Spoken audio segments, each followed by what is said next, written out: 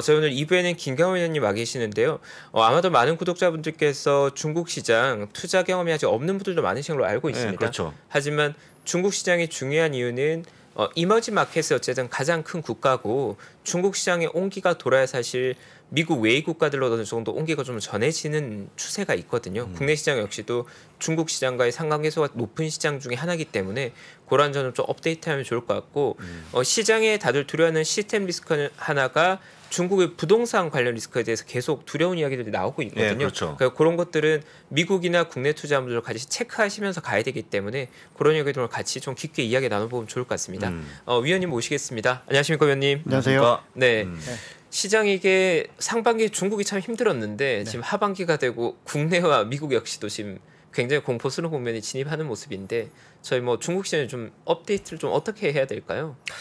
일단 뭐 지난주에 제가 지지난주에 추석이어서 네. 시장 빠질 때여가지고 잘 됐다 그랬는데 그 안에 좀 오르겠지 했는데 뭐 더 안 좋은 날 온 것 같고요. 네, 일단 쉽지 않네요 정말. 그러니까요. 홍콩도 많이 빠지고 네. 저희가 뭐 7, 8월에 그 실적 시즌 얘네들 지나면서 좀 조정은 예상을 했는데 9월 들어서 뭐 전혀 뭐 중국도 지금 성장주도 더 빠지고 그나마 얘네들 갔었던 배터리나 뭐 반도체, 태양광 이런 것들도 좀 같이 빠지면서 본토는 수급 때문에 빠지고 홍콩은 최근에 이제 뭐 어떻게 보면 ELS 투자자들 굉장히 걱정할 수 있게 뭐 그냥 계속 빠지고 있잖아요. 그래서 저희가 제시했던 뭐 지수 하단도 지금 깨고 내려간 상태인데 최근에 좀 그림을 그려보니까 유로 달러랑 홍콩 증시가 거의 똑같이 다니더라고요.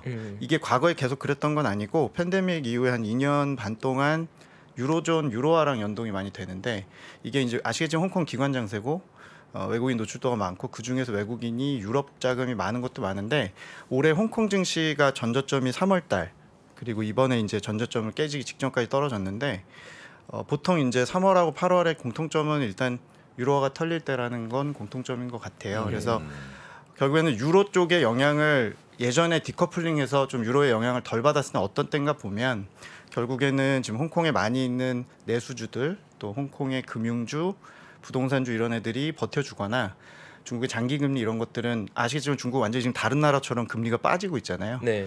결국엔 금리가 장단기 금리차가 올라오고 경기가 올라와야 되는데 역시 우리가 생각했던 것보다 부동산이 생각보다 나쁘고 그런 것들이 지지를 못 쳐다 보니까 전체적으로 지금 공매도 비중도 역대 최고인 26%까지 홍콩 시장에서 지금 거래대금 대비 올라왔기 때문에 과거 같았으면은 공매도 비중이 가장 극단적으로 높았을 때는 주가의 저점이기도 해서 네. 뭐 제가 뭐 8월 같은 분위기였으면 좀 더 강하게 저점 신호라고 말씀드렸겠지만 지금은 뭐 엔화, 유로화 뭐 동반해서 다 같이 어떤 기댈 거 없이 무너지는 상황이다 보니까 네. 아직은 조금 그런 부분에서 일단은 그 지표들 좀 설명을 드리고 있는 상태고요. 네. 아무튼 본토하고 홍콩은 조금은 다른 이유로 최근에 조정이 예상은 8월까지 했지만 9월 이후에 더 깊어지고 길어지는 상황이다.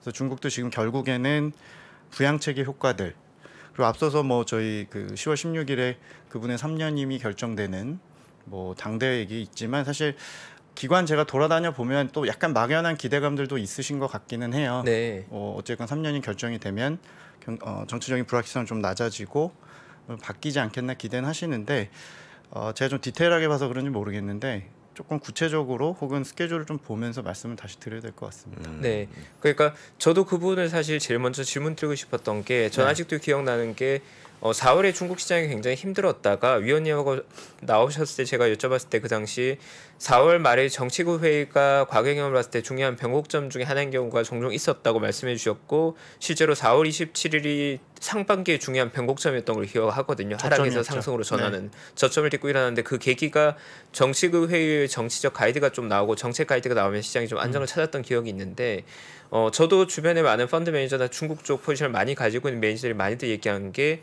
시진핑 3기가 시작하면 어쨌든 새로운 청사진을 그리게 될 거고 뭔가 초기 집권에 긍정적 뉴스를 많이 쏟아져 나올 거라는 어떻게 보면 약간 막연한 기대들이 있던데 그것들이 사실 과거의 케이스도 그런 케이스가 있었나요? 결국 과거의 케이스를 좀 볼 수밖에 없는 거잖아요. 과거에 실제로 뭐 연임 초기에 그런 정책적 효과나 부양책들이 많이 나왔었는지 그게 궁금하더라고요.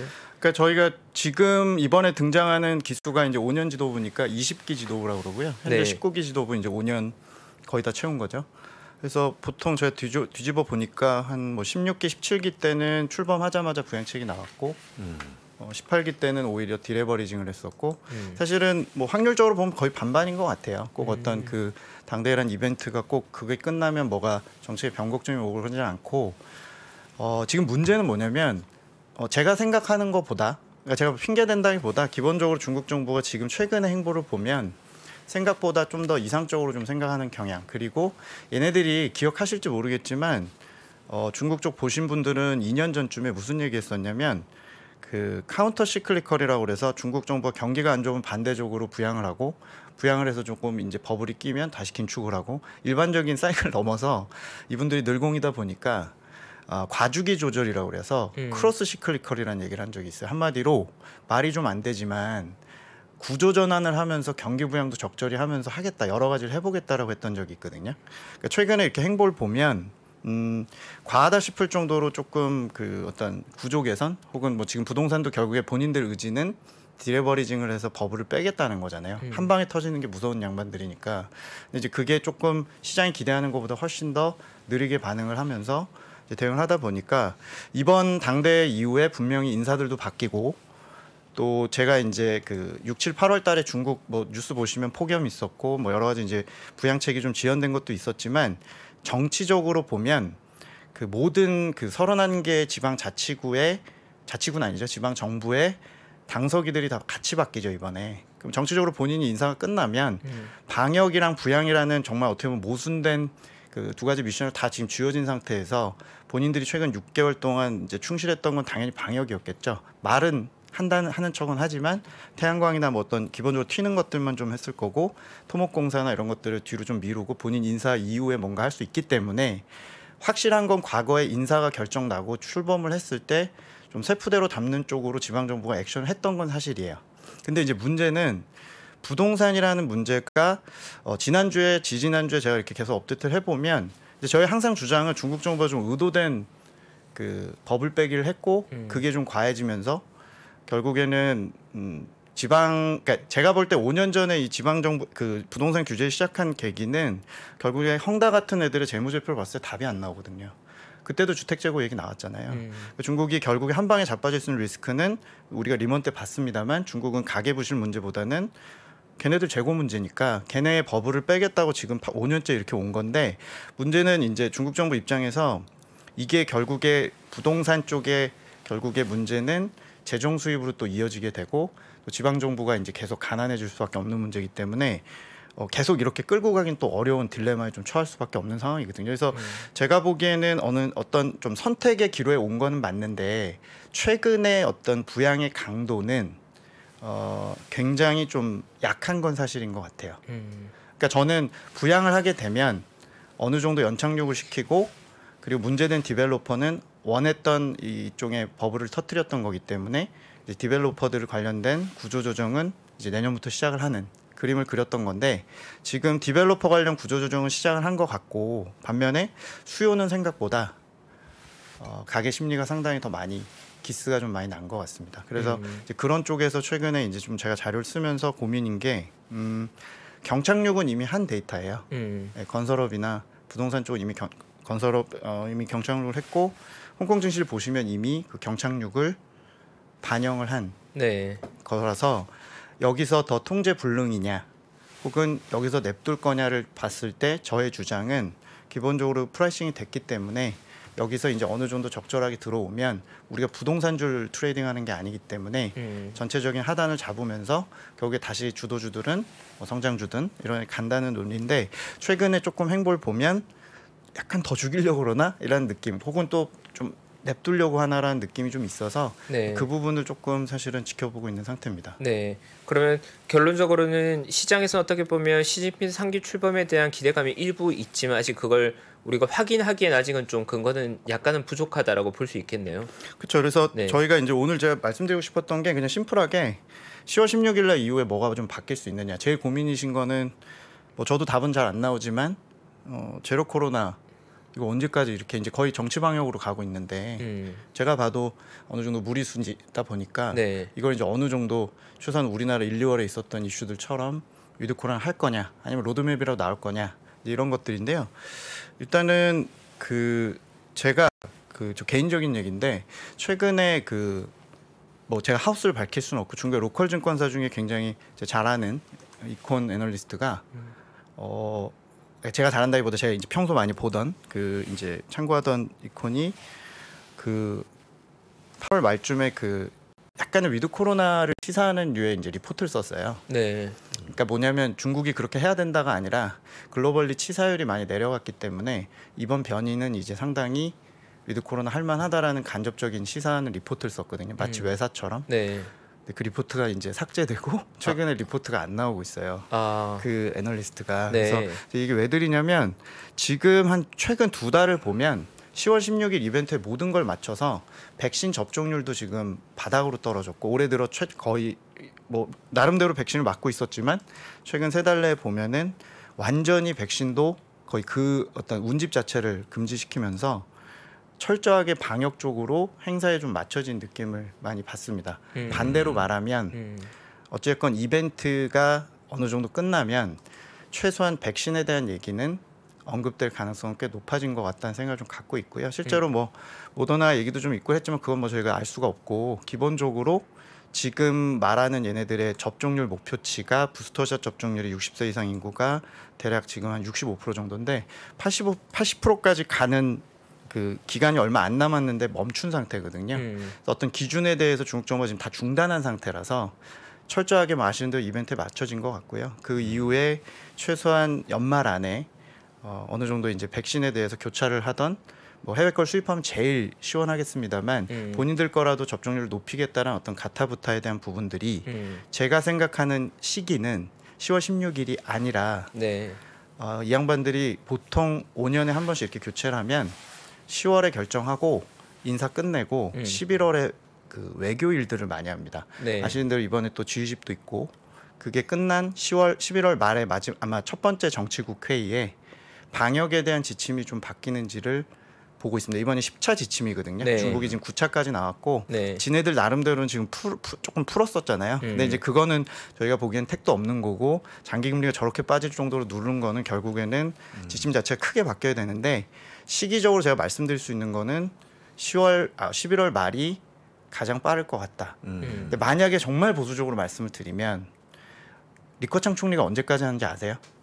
이번 10월 16일 날 사실 그만두시는 게 아니고 네. 당직은 이제 본인이 아마 나이 때문에 상무위원이나 이런 정치국 위원 자리가 이제 끝나고 새로운 정치국 위원들 당 인사 끝나는 거고요.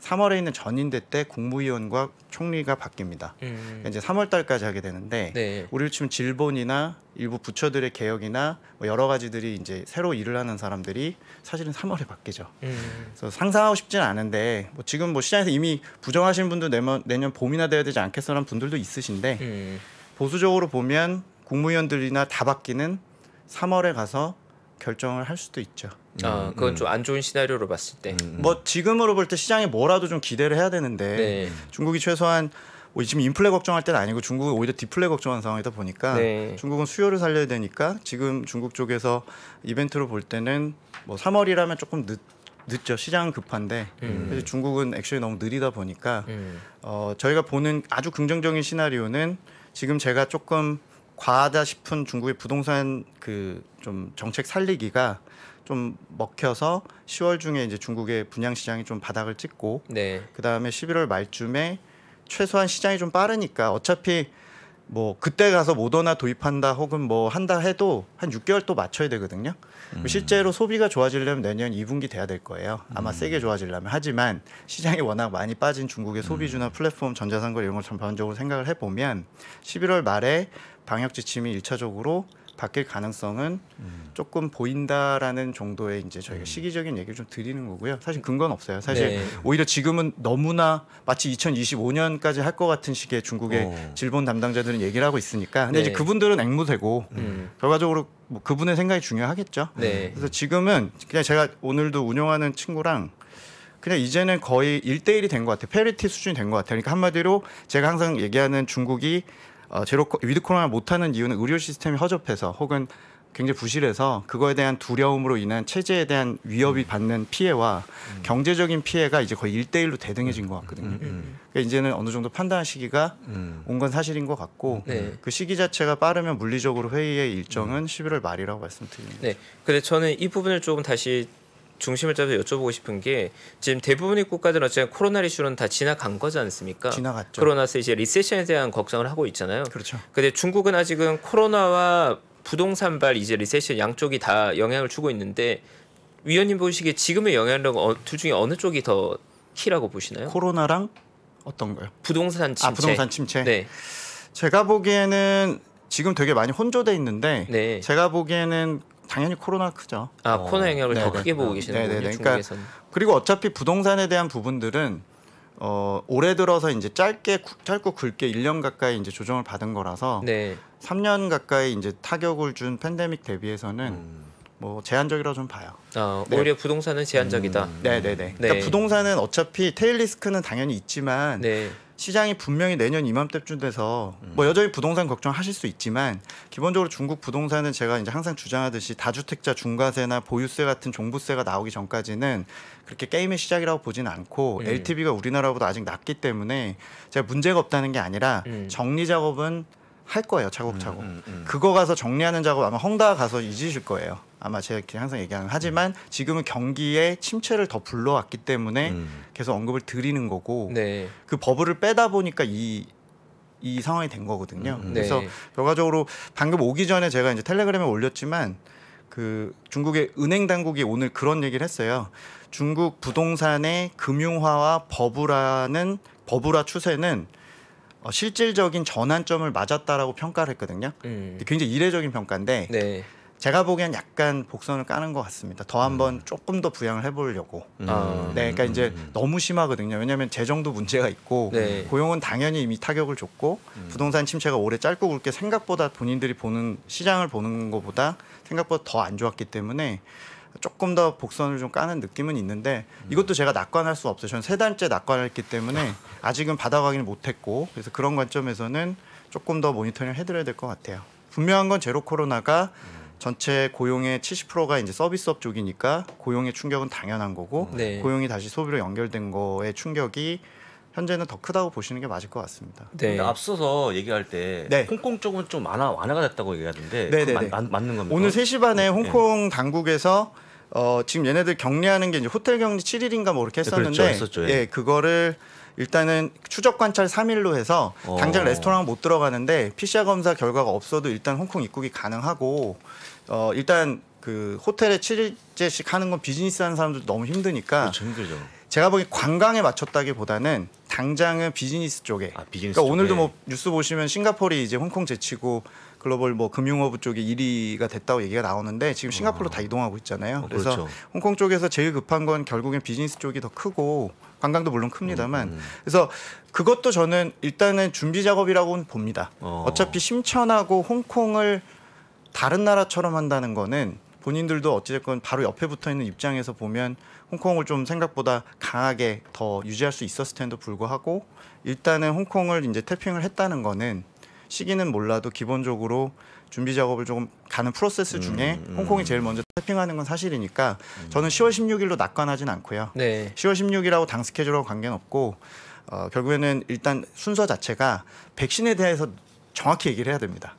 제가 제일 미스테리한 거는 저는 살았기 때문에 의료 시스템에 대한 두려움이나 그거에 대한 거는 뭐 나름대로는 방어를 해주지만 제일 이해 안 가는 건 중국 쪽에서 지금 백신에 대한 어떤 명확한 입장이나 백신 접종률이 올라가지 않는 거거든요. 근데 그거에 대해서는 중국 정부가 이제는 안 박힐 수는 없는 상황인 것 같아요. 그래서 10차 지침쯤을 뭐 다음 그러니까 방송에서 나중에 한번 업데이트 드리겠지만 그 시기는 뭐 빠르면 11월 정도 생각하시는 게 맞을 것 같아요. 네.